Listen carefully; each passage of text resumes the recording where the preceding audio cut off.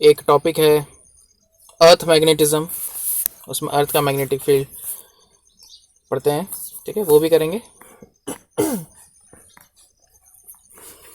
तो bar magnet है, इसका मैग्नेट का मैग्नेटिक मोमेंट पढ़ेंगे, पोल स्ट्रेंथ क्या होती है, ठीक है। बार मैग्नेट हमने देखा है सभी ने।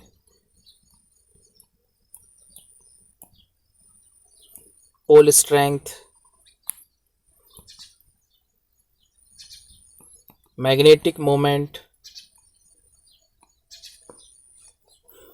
फिर जैसे कि हमारा इलेक्ट्रिक डाइपोल होता है ना, उसी तरह से ये मैग्नेटिक डाइपोल भी हम इसको कहते हैं, दूसरा नाम है इसका मैग्नेटिक डाइपोल।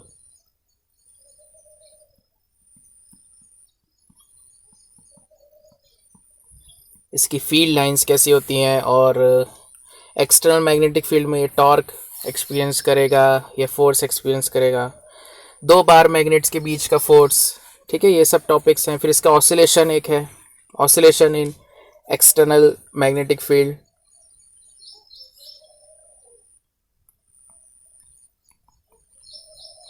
ये सब हम कवर करेंगे। Oscillation in external magnetic field.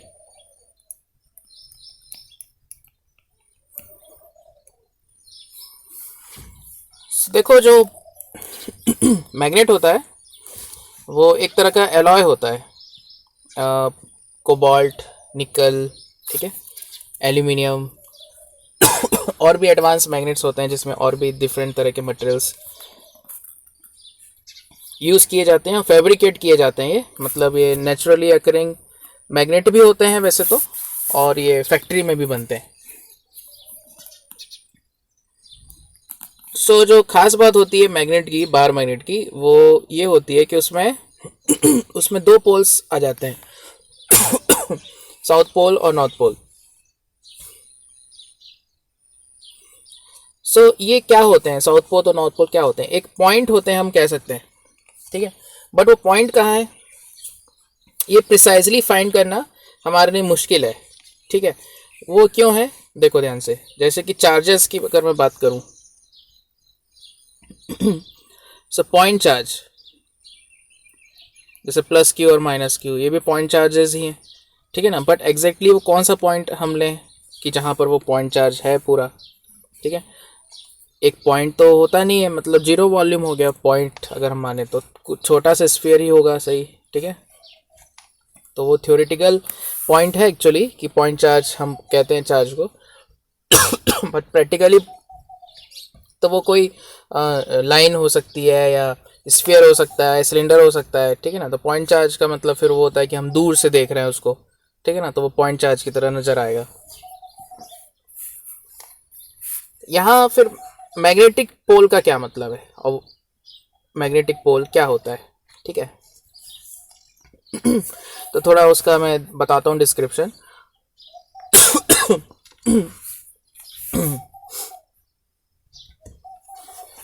थोड़ा रिजोल्यूशन उसका स्लो कर लो, कम कर लो रेजोल्यूशन। देखो, जो फील्ड लाइंस होती हैं वहां से मैं समझाता हूँ। मैग्नेट की जो फील्ड लाइंस होती हैं इनसाइड मैग्नेट, ये ऑलमोस्ट पैरेलल होती हैं, जैसे कि लाइक दिस, ये पैरेलल हुई और फिर ऐसे बाहर निकल गई,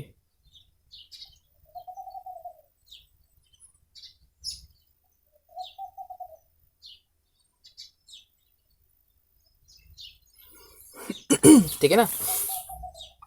तो जिस पॉइंट पर फील्ड लाइंस थोड़ा डेविएट हो रही हैं, ठीक है, डाइवर्ज हो रही हैं कह सकते हो, वो पॉइंट हमारे लिए नॉर्थ पोल हो जाएगा। रफली हम उस पॉइंट को नॉर्थ पोल कह सकते हैं।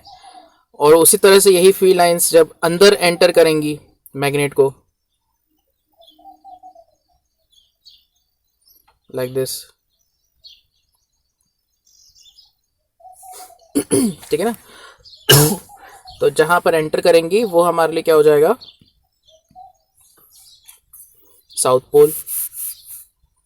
तो प्रिसाइजली वो कोई पॉइंट हम नहीं बता सकते हैं, कि वो एक रीजन है, ठीक है ना।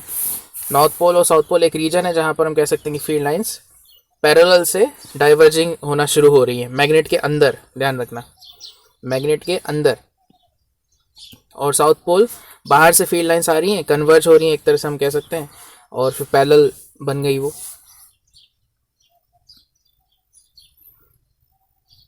सो जो लेफ्ट एंड है मैग्नेट का एग्जैक्टली वहाँ नहीं ठीक है ना, थोड़ा अंदर, slightly inside the magnet north pole होगा, और दूसरे एंड में थोड़ा सा अंदर साउथ पोल होगा। ठीक है, इनके बीच का जो डिस्टेंस होता है उसे अपन कहते हैं length of bar magnet, length of bar magnet. ठीक है, तो ये फिजिकल लेंथ से थोड़ा छोटा होता है। फिजिकल लेंथ तो ज़्यादा हुई ना लेंथ की, ये बार मैग्नेट की फिजिकल लेंथ तो ये हुई, बट जो बार मैग्नेट का लेंथ है वो उससे थोड़ा सा कम होता है। Why? Because north pole and south pole are slightly inside. ठीक है, तो अब ये चलो पोल तो थोड़ा समझ में आ गया होगा, जहाँ फील्ड लाइंस पैरेलल से बाहर की तरफ जब वो दूर दूर होती हैं, सेपरेट आउट होती हैं, तो वहाँ पर नॉर्थ पोल है, और बाहर से आ रही हैं आके फिर वो पैरेलल हो गई अंदर आते ही। तो जिस पॉइंट पर उस सडन ट्रांजिशन हुआ है उनका नॉन पैरेलल से पैरेलल, वो साउथ पोल हो गया। अब इसमें एक पोल स्ट्रेंथ का कंसेप्ट है। ठीक है, अभी देखो नेक्स्ट पेज में बताता हूँ पोल स्ट्रेंथ का मतलब क्या होता है। जैसे दो तरह के मैं मैग्नेट बना रहा हूँ, देखो ध्यान से। एक मैग्नेट में 4 लाइन कंसिडर कर रहा हूँ,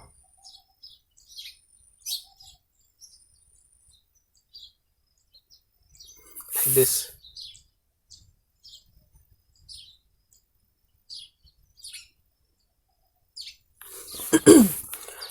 ठीक है ना, और एक दूसरा मैग्नेट है, इसमें ज़्यादा थोड़ी, ठीक है ना, स्लाइटली मोर, 8 या देखो कितनी बन पाती है, ज़्यादा मैं लाइन बना रहा हूँ।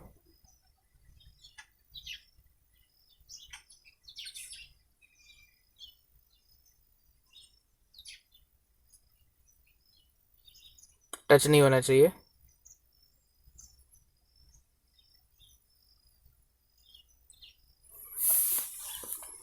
छह लाइंस बन गई यहाँ पर। ठीक है, सो देख सकते हो जो अंदर है मैग्नेट के अंदर जो फील्ड लाइंस है, 6 लाइंस मैंने बना दिया। ऊपर वाला जो मैग्नेट है उसमें 4 लाइन बनाया है। तो ज़्यादा स्ट्रॉन्ग कौन सा मैग्नेट कहलाया, बता सकते हो? 1 या 2? हम नंबर ऑफ फील्ड लाइन से कंपेयर कर सकते हैं। How many field lines are emerging from north pole?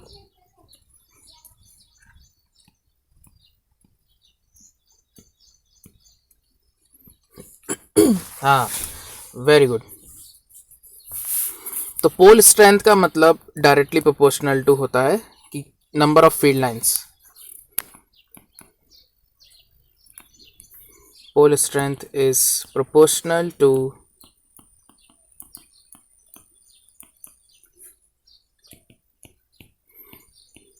number of magnetic field lines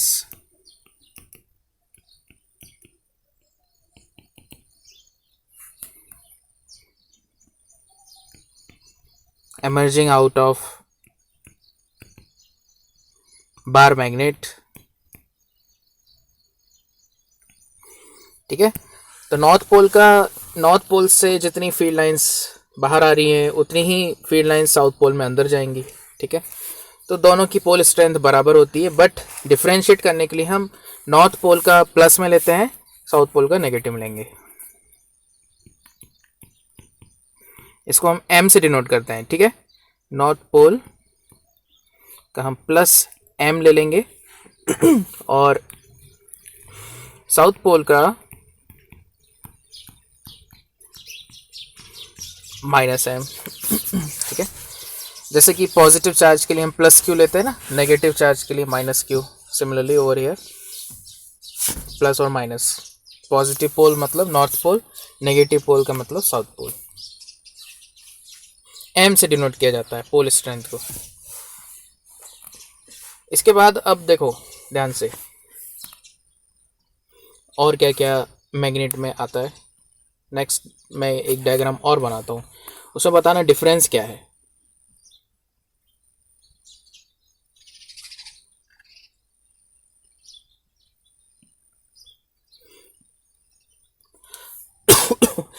इसमें देखो ऊपर वाला जो मैग्नेट है मैं उसमें 4 लाइन बना देता हूँ। चलो 1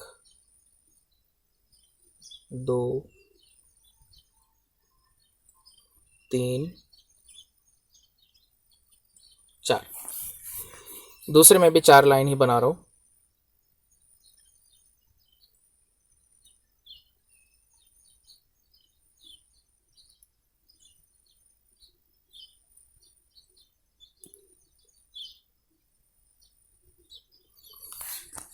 ठीक है ना, तो मैग्नेट तो है ही, बट दोनों के केस, दोनों डायग्राम मैंने 4 लाइंस ही कंसिडर किए हैं।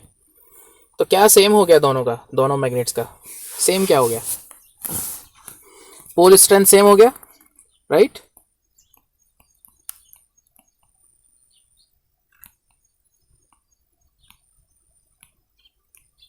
सेम पोल स्ट्रेंथ है दोनों मैग्नेट्स का, बट लेंथ डिफरेंट है, देख सकते हो। तो फिर ये फिजिकल डायमेंशन चेंज करने से क्या चेंज हो जाएगा। तो एक क्वांटिटी है जिसको मैं कहता हूँ मैग्नेटिक डायपोल मोमेंट। मैग्नेटिक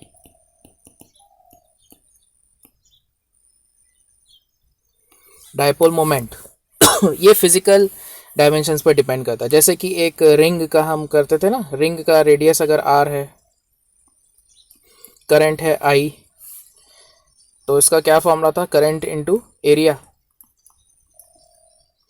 ये होता है ना फॉर्मूला, करंट इनटू एरिया, और नंबर ऑफ टर्न्स है तो वो भी मल्टीप्लाई हो जाएगा, एन आई ए वैसे तो फॉर्मूला होता है एन आई ए। तो फिजिकल डायमेंशन पर डिपेंड कर रहा है, रेडियस पर डिपेंड कर रहा है। ठीक है ना, रिंग बड़ी होगी, रेडियस ज़्यादा होगी, तो उसका मैग्नेटिक डायपोल मोमेंट उसका ज़्यादा होगा। करंट इंक्रीज हो कर दो तो मैग्नेटिक डायपोल मोमेंट इंक्रीज हो जाएगा। सेम क्वांटिटी मैग्नेट के लिए भी होती है, ठीक है, बार मैग्नेट के लिए भी होती है, बट यहाँ पर जो फॉर्मूला है वो डिफरेंट है। यहाँ जो फॉर्मूला होता है m इंटू एल, ये होता है formula for bar magnet.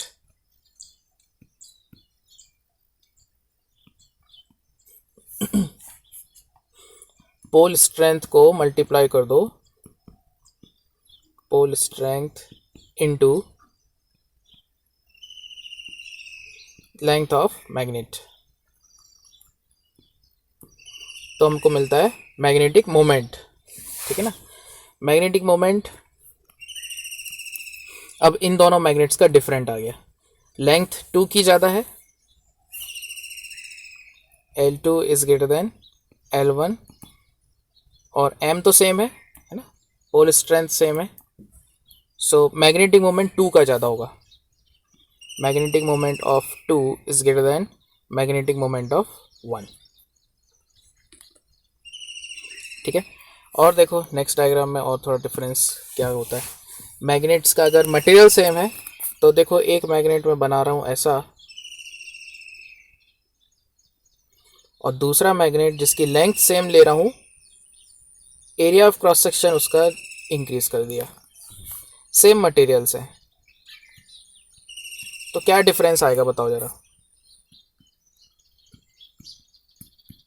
Same materials for both,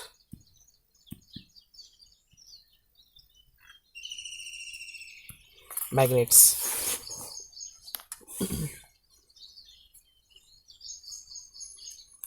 Yes, tell me, what is the difference between the two magnets if they are made up of same materials and same length? Say length is same है, cross sectional area different है।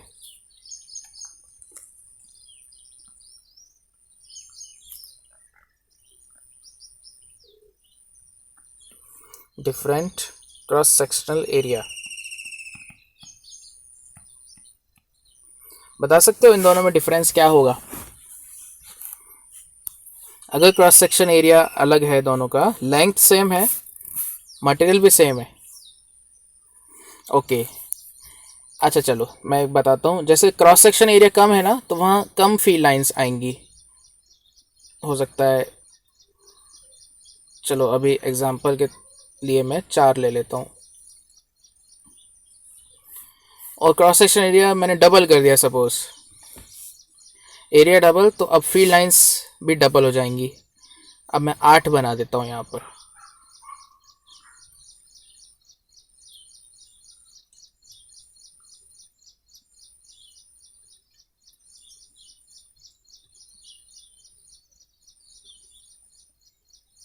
ठीक है, तो area cross section area बढ़ जाता है ना तो पोल स्ट्रेंथ बढ़ जाती है, ये ध्यान रखो। Pole strength is directly proportional to cross section area, अगर मटेरियल सेम है तो।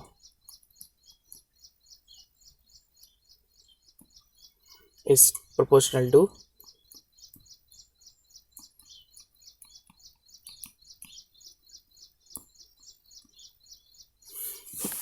ठीक है ना, ज़्यादा क्रॉस सेक्शन होगा तो ज़्यादा फील्ड लाइंस एंटर होंगी या एग्जिट होंगी मैग्नेट से।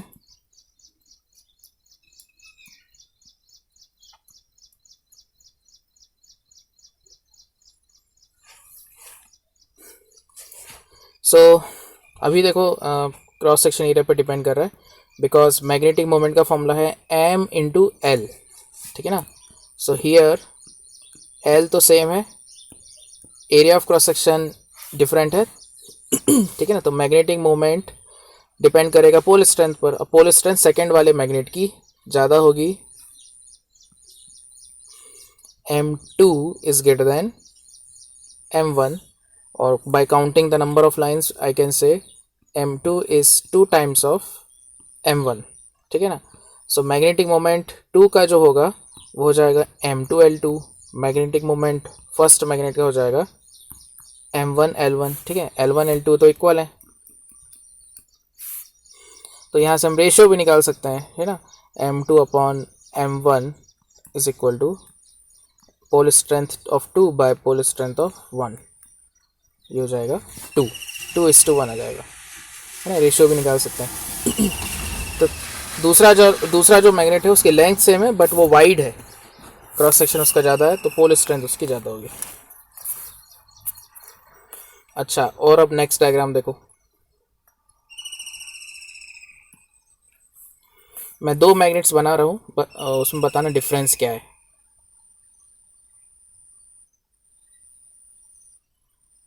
ये बिल्कुल स्ट्रेट मैग्नेट है, और दूसरा एक मैग्नेट है जो कि इसी की तरह आइडेंटिकल था, बट उसको मैंने बेंड कर दिया, ऐसा मशीन से हो जाते हैं बेंड, है ना, फैक्ट्री में। उसको हल्का सा गर्म करो और उसको मशीन से बेंड कर सकते हैं हम।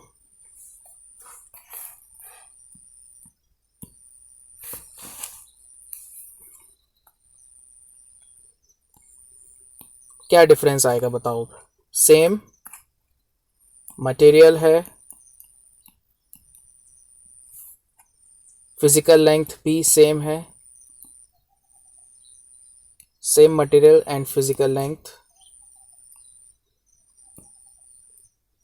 but now magnet B is bent into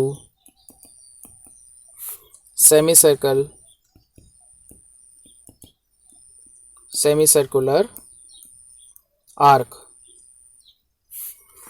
So what is the difference between the two now? Difference का मतलब पोल स्ट्रेंथ में कुछ फर्क पड़ेगा या नहीं पड़ेगा, magnetic moment is there in difference,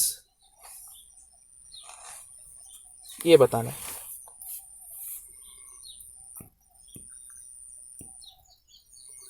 now what is the difference.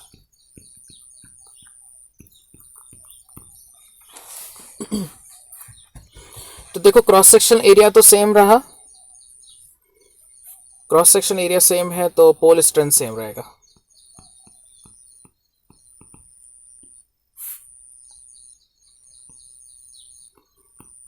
Cross section area same है तो पोल स्ट्रेंथ सेम ले लेंगे,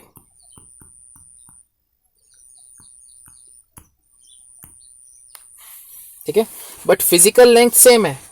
but what about the north pole and south pole के बीच का डिस्टेंस? जैसे नॉर्थ पोल मैंने यहाँ पकड़ लिया, साउथ पोल यहाँ ले लिया, यहाँ का नॉर्थ पोल और ये साउथ पोल, तो यहाँ जो उसकी लेंथ थी सपोज L है, अब यही वो लेंथ कितनी हो गई सेमी सर्कल की arc length, right? So north pole south pole के बीच का डिस्टेंस कितना आ गया? 2 टाइम्स रेडियस। समझ आ रहा है? So for B length of magnet will not be L, it will be 2R।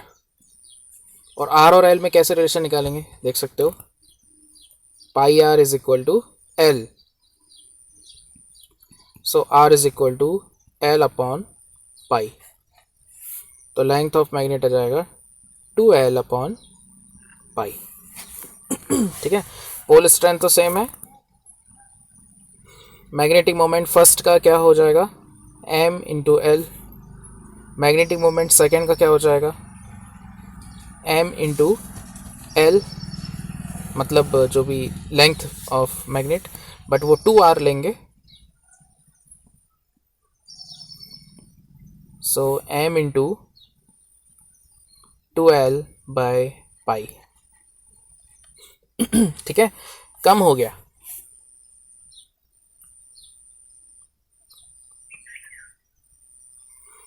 पहले स्ट्रेट था, फिर मैंने सेमी सर्कल दिया उसको, तो मैग्नेटिक मोमेंट उसका कम हो गया है। ये पॉइंट है यहाँ पर समझने वाली, ठीक है ना।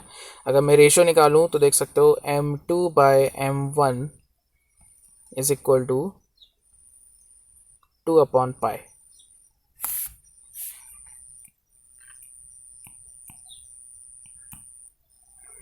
तो किसका मैग्नेटिक मोमेंट कम हो गया? सेकेंड वाले का कम हो गया। ठीक है, समझ आया? तो मैग्नेट को बेंड करने से पोल स्ट्रेंथ तो चेंज नहीं हुआ, क्या चेंज हो गया? बेंड करने से मैग्नेटिक मोमेंट चेंज हो गया, कम हो गया। ठीक है, तो एक सिंपल सा एमसीक्यू बन गया, right. When a bar magnet is bent into arc, ठीक है, तो एक ऑप्शन आएगा pole strength and magnetic moment both increases, दूसरा ऑप्शन आएगा pole strength and magnetic moment both decreases. ठीक है ना, एक ऑप्शन आएगा कि pole strength remains same magnetic moment increases, फिर आएगा pole strength remains same magnetic moment decreases. ठीक है, तो ये पॉइंट है उसका एक्सप्लेनेशन। Are you getting? तो ये मैग्नेटिक मोमेंट डिक्रीज हो रहा है, तो इस पर बेस्ड है मैं कुछ क्वेश्चंस दे रहा हूँ। ठीक है, बेंड वाले, मतलब मैग्नेट को बेंड करने से जो नया मैग्नेटिक मोमेंट है वो क्या होगा, ऐसे क्वेश्चंस प्रैक्टिस के लिए।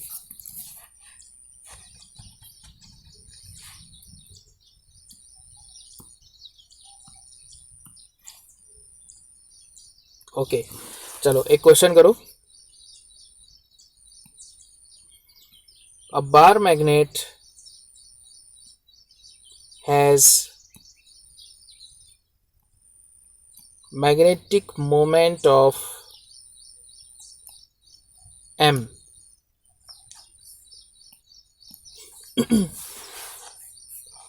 It is bent into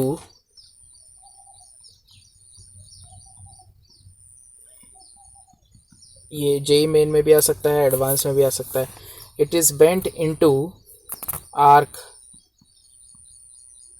which subtends angle theta at its center. Find new magnetic moment.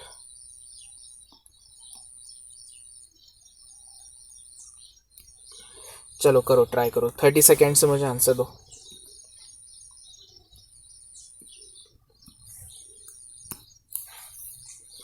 कैसे करेंगे? स्टार्ट सॉल्विंग, डायग्राम बना लो।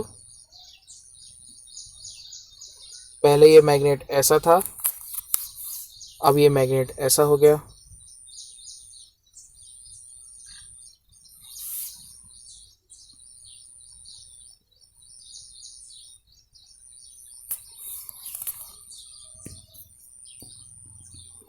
सेकेंड वाला मैग्नेट एक आर्क का फॉर्म ले चुका है, जो कि सेंटर में एंगल थीटा सबटेंड कर रहा है। आर्क की रेडियस स्मॉल आर ले लेते हैं।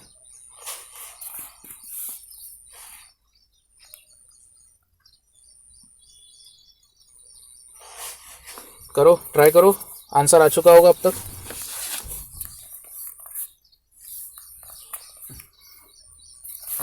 मैग्नेटिक मोमेंट लिखना शुरू करते हैं।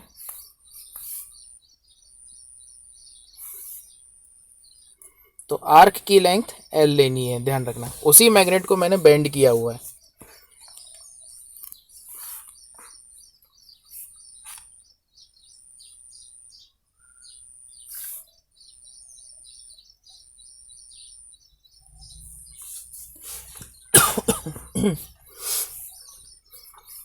सो फर्स्ट केस में मैग्नेटिक मोमेंट क्या आ जाएगा? m into L. Second case का मैग्नेटिक मोमेंट क्या आएगा, बता सकते हो? m into L dash. अब एल डैश क्या है? What is L dash now?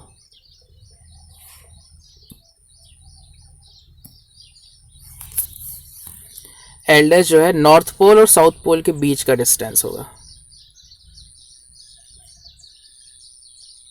This is L dash, ठीक है। अब एल डैश कैसे हम निकालें? ज्योमेट्री से निकालना पड़ेगा।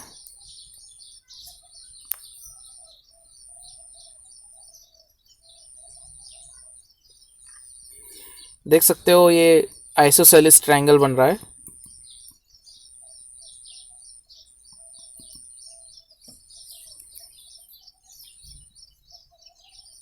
आइसोसेलेस ट्रायंगल है। इसका जो हाफ एंगल हो जाएगा वो हो जाएगा थीटा बाई 2, और राइट एंगल ट्रायंगल में ले रहा हूँ, और उसकी आधी लेंथ हो जाएगी, बेस की आधी लेंथ एल डैश बाय 2, और हाइपोटेन्यूस हो जाएगा स्मॉल आर, ठीक है ना।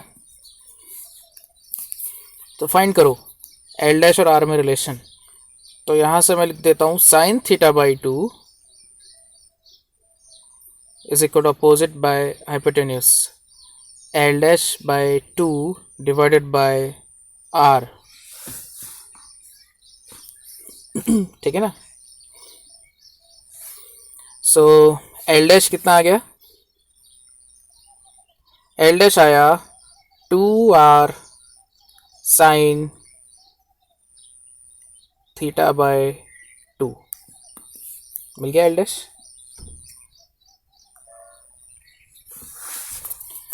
अब आर निकालना है। आर कैसे मिलेगा?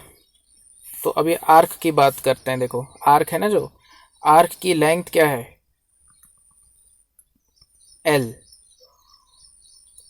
तो लेंथ, रेडियस और थीटा में क्या रिलेशन होता है? Angle is equal to arc upon radius. So यहाँ से आर की वैल्यू आ गई एल बाय थीटा। समझ आ गया? सो M2 क्या हो जाएगा अब? What is M2 now? M2 जाएगा small m into L dash which is 2R sign theta by 2, और R की वैल्यू में L बाई थीटा रख देता हूँ। सो ये हो जाएगा m into 2 into L by theta into sine theta by 2। समझ आ रही बात? ये आंसर है। अच्छा, एम एल को मैं कैपिटल एम ले रहा हूँ, क्वेश्चन में दिया है। पहले जो मैग्नेट था उसका मैग्नेटिक मोमेंट था M, capital M.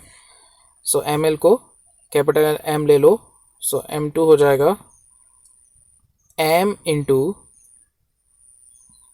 2 sine theta by 2 whole upon theta. समझ आ गई बात? ये आंसर है। मतलब 2 sine theta by 2 whole divided by theta, इतना टाइम्स हो गया वो magnetic moment.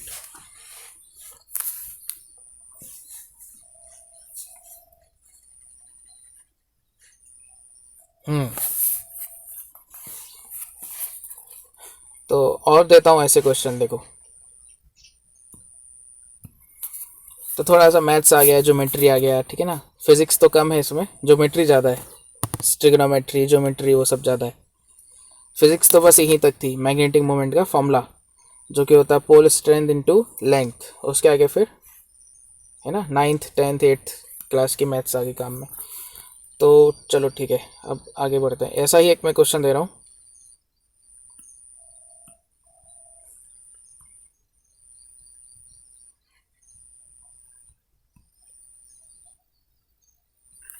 A magnet of magnetic moment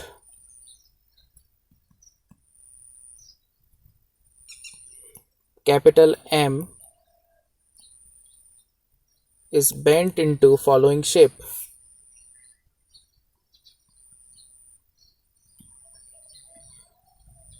Find new magnetic moment.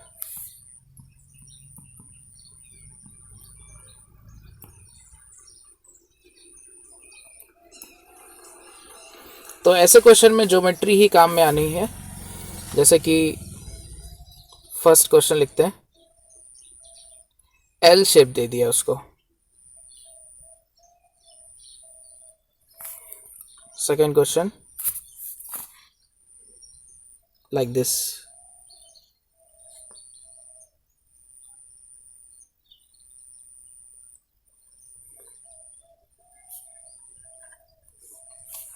ठीक है, करो, ट्राई करो, बताओ जरा क्या होगा इसका आंसर। एक मैग्नेट है जिसका मैग्नेटिक मोमेंट m है, उसको मैंने इन दो तरह के शेप में अलग अलग डिफरेंट केसेस में बेंड किया है। फर्स्ट केस में एल शेप दिया हूँ। अच्छा देखो, ये इक्वल है, मतलब A B is equal to B C है, ठीक है ना।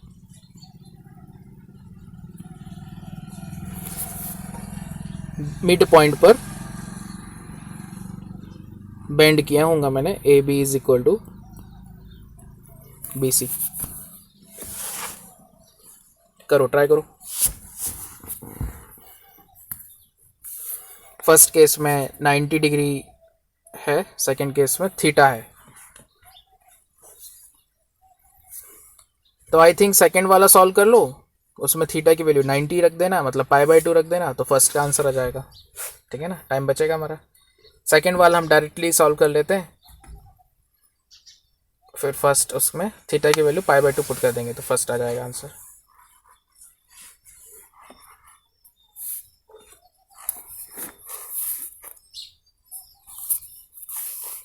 सो जो मैग्नेट ओरिजिनली में जो मैग्नेट था हमारे पास, उसकी लेंथ मान लो कि L है, पोल स्ट्रेंथ M,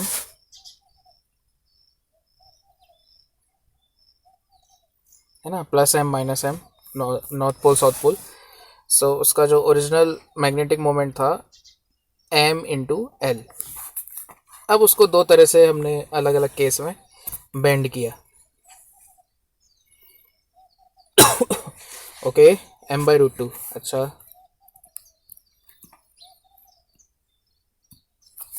चलो एक काम करता हूँ, मैं सेकेंड वाला पहले सॉल्व करता हूँ, ठीक है। फिर थीटा की वैल्यू 90 डिग्री, सॉरी π/2 उसमें रख देंगे, ध्यान रखना। तो फर्स्ट का आंसर आ जाएगा, ए बी की लेंथ हो जाएगी L/2, बी सी की लेंथ हो जाएगी L/2।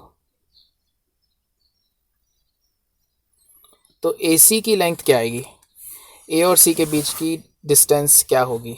ए पर नॉर्थ पोल है, सी पे साउथ पोल है, ऐसा मान सकते हैं हम। तो देखो देखो ध्यान से, ये ट्रायंगल, राइट एंगल ट्रायंगल बना रहा हूँ, एक आइसोसेलेस ट्रायंगल का आधा कर दिया मैंने, ये L/2 L/2 और ये x मान लिया जाए, तो लेंथ यहाँ पर मैग्नेट की हो जाएगी 2x। ठीक है ना। अब वो साइन थीटा वाला फॉर्मूला लगा दो, अपोजिट बाय हाइपोटेन्यूज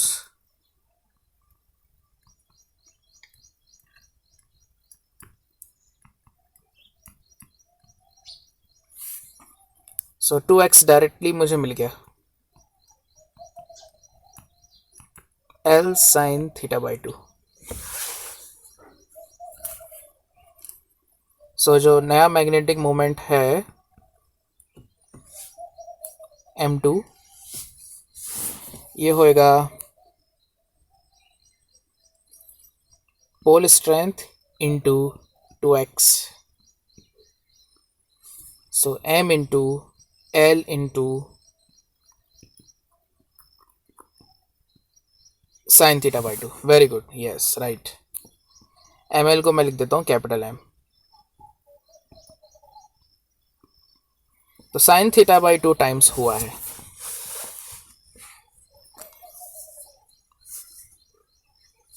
ठीक है, समझ आ गया। और M1 निकालने के लिए थीटा की वैल्यू π/2 रख देते हैं। सो M1 आ जाएगा M साइन π/4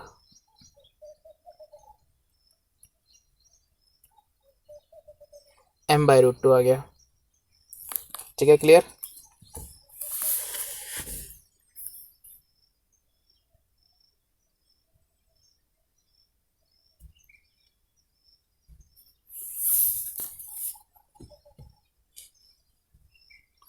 उसी तरह से एक कंसेप्ट और मैं बता देता हूँ, बाकी फिर DPP भेजूंगा तो उसमें हो जाएगा। अरिहंत सिंगेज से भी देखना है इसके क्वेश्चंस MCQs। एक क्वेश्चन देखो नेक्स्ट, कट करने से क्या होगा। किसी बार मैग्नेट को अगर मैंने कट कर दिया, कट बार मैग्नेट, किसी बार मैग्नेट को फैक्ट्री में मशीन से मैंने कट किया बार मैग्नेट, तो दो तरह से मैंने कट किया। देखो ध्यान से, फर्स्ट केस में क्या ले रहा हूँ, ये बार मैग्नेट हुआ, इसको मैं बिल्कुल वर्टिकल लाइन के अलोंग, मतलब मैग्नेट हॉरिजॉन्टल है और वर्टिकल लाइन के अलोंग और मिड पॉइंट से जाती हुई एक लाइन है, उस लाइन के अलोंग मैंने कट किया, लाइन ऑफ कट। और दूसरा केस है उसके एक्सिस से जाने वाली लाइन के अलोंग कट किया।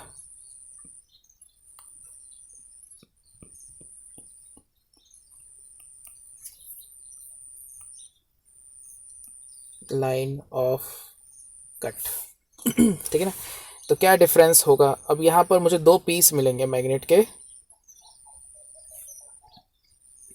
तो किसी एक पीस को अगर मैं उठाऊं तो उसका मैग्नेटिक मोमेंट, पोल स्ट्रेंथ मुझे कंपेयर करना है।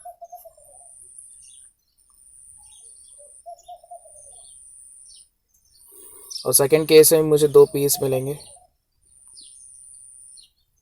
मैग्नेटिक मोमेंट और उसका पोल स्ट्रेंथ मुझे कंपेयर करना है। तो देख सकते हो फर्स्ट केस में क्रॉस सेक्शनल एरिया तो सेम रहा है,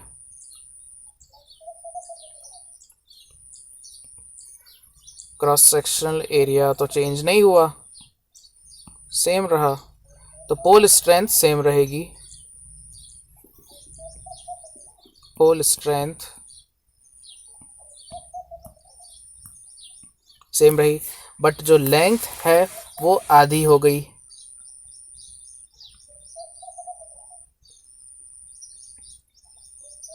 ठीक है ना।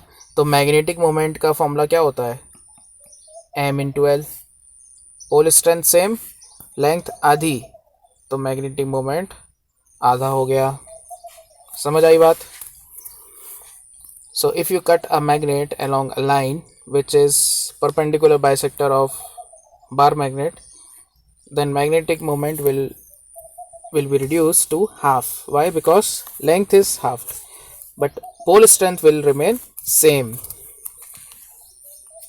सेकेंड में देख सकते हो एरिया ऑफ क्रॉस सेक्शन आधा हो गया है,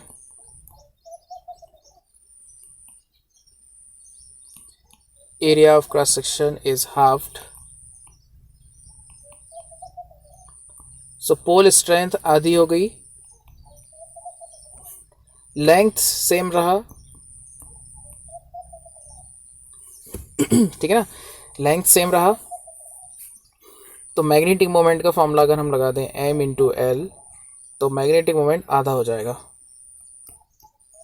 समझ आ रहा है बात? उसको मैंने एक्सिस के अलोंग ही कट कर दिया, ठीक है ना। अगर सर्कुलर क्रॉस सेक्शन होता तो ऐसा सिचुएशन होता, पहले मैग्नेट ऐसा था, उसको बीच से मैंने कट किया, तो ऊपर एक सेमी सर्कल बचेगा, ठीक है ना, समझ में आ रहा है, और नीचे भी एक सेमी सर्कल बचेगा। क्रॉस सेक्शन एरिया हाफ हो गया, तो पोल स्ट्रेंथ आधी हो गई, तो मैग्नेटिक मोमेंट भी आधा हो गया। तो दोनों ही केस में मैग्नेटिक मोमेंट आधा हो रहा है, कम हो रहा है, डिक्रीज हो गया, ठीक है। फर्स्ट केस में लेंथ आधी हुई, सेकंड केस में पोल स्ट्रेंथ आधा हुआ। ठीक है, क्लियर, डन। तो ऐसे और क्वेश्चंस करेंगे अपन डीपीपी और अरिहंत सिंगेज में, देखना। तो that is all for today, we will continue, ठीक है ना। आज एक्स्ट्रा क्लास में ले सकता हूँ, वो मैं पोस्ट करूँगा टाइम उसका। चलो, thank you, take care, bye bye.